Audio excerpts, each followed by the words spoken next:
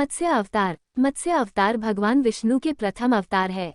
मछली के रूप में अवतार लेकर भगवान विष्णु ने एक ऋषि को सब प्रकार के जीव जंतु एकत्रित करने के लिए कहा और पृथ्वी जब जल में डूब रही थी तब मत्स्य अवतार में भगवान ने उस ऋषि की नाव की रक्षा की। इसके पश्चात ब्रह्मा ने पुनः जीवन का निर्माण किया।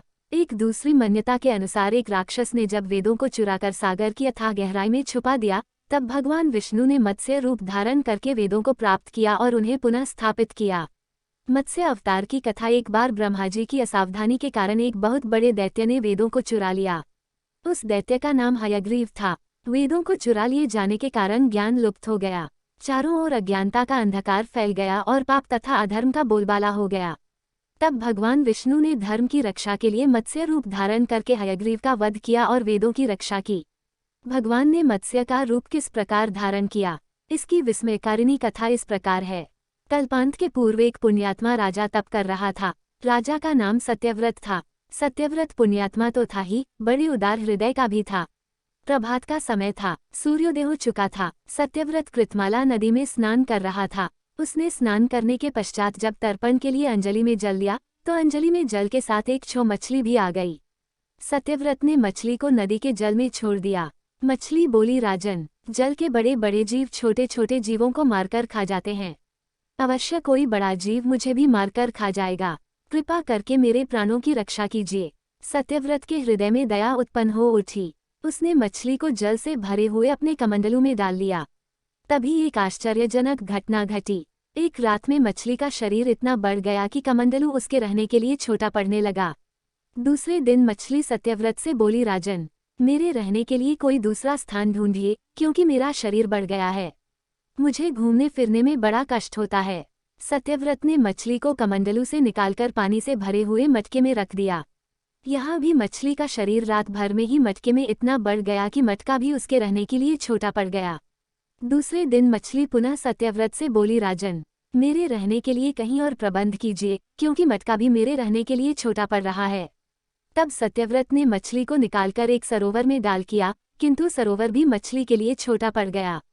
इसके बाद सत्यव्रत ने मछली को नदी में और फिर उसके बाद समुद्र में डाल दिया। आश्चर्य, समुद्र में भी मछली का शरीर इतना अधिक बढ़ गया कि मछली के रहने के लिए वह छोटा पड़ गया। अतः मछली पुनः सत्यव्रत से बोली, राजन, यह समुद्र भी मेरे रहने के लिए उपयुक्त नहीं है। मेरे रहने की व्यवस्था कहीं और कीजिए। अब सत्यव्रत विस्मित हो उठा। उसने आज तक ऐसी मछली कभी नहीं देखी थी। वह विस्मय भरे स्वर में बोला, मेरी बुद्धि को विस्मय के सागर में डुबो देने वाले आप कौन हैं? मत्स्य रूपधारी श्रीहरि ने उत्तर दिया, राजन, हयग्रीव नामक दैत्य ने वेदों को चुरा लिया है। जगत में चारों ओर अज्ञान और अधर्म का अंधकार फैला हुआ है। मैंने हयग्रीव को मारने के लिए ही मत्स्य का रूप धारण किया है। आज से 7वें दिन पृथ्वी प्रलय के चक्र में फिर जाएगी। समुद्र उमड़ उठेगा, भयानक वृष्टि होगी, सारी पृथ्वी पानी में डूब जाएगी। जल के अतिरिक्त कहीं कुछ भी दृष्टिगोचर नहीं होगा। आपके पास एक नाव पहुंचेगी। आप सभी अनाजों और औषधियों के बीजों को लेकर सप्त ऋषियों के साथ नाव पर बैठ जाएगा। मैं उसी समय आपको पुनः दिखाई पड़ूंगा और आपको आत्मतत्व का ज्ञान प्रदान करूंगा। सत्यव्रत उसी दिन से हरि का स्मरण करते हुए प्रलय की प्रतीक्षा करने लगे। 7वें दिन प्रलय का दृश्य उपस्थित हो उठा। समुद्र भी उमड़कर अपनी सीमाओं से बाहर बहने लगा। भयानक वृष्टि होने लगी। थोड़ी ही देर में सारी पृथ्वी पर जल ही जल हो गया। संपूर्ण पृथ्वी जल में समा गई। उसी समय एक नाव दिखाई पड़ी। सत्यव्रत सप्त ऋषियों के साथ उस नाव पर बैठ गए। उन्होंने नाव के ऊपर संपूर्ण अनाजों और औषधियों के बीज भी भर लिए। नाव प्रलय के सागर में तैरने लगी।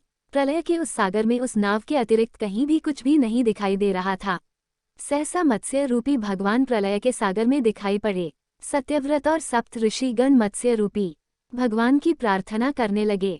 भगवान से आत्मज्ञान पाकर सत्यव्रत का जीवन धन्य हो उठा। वे जीते जी ही जीवन मुक्त हो गए।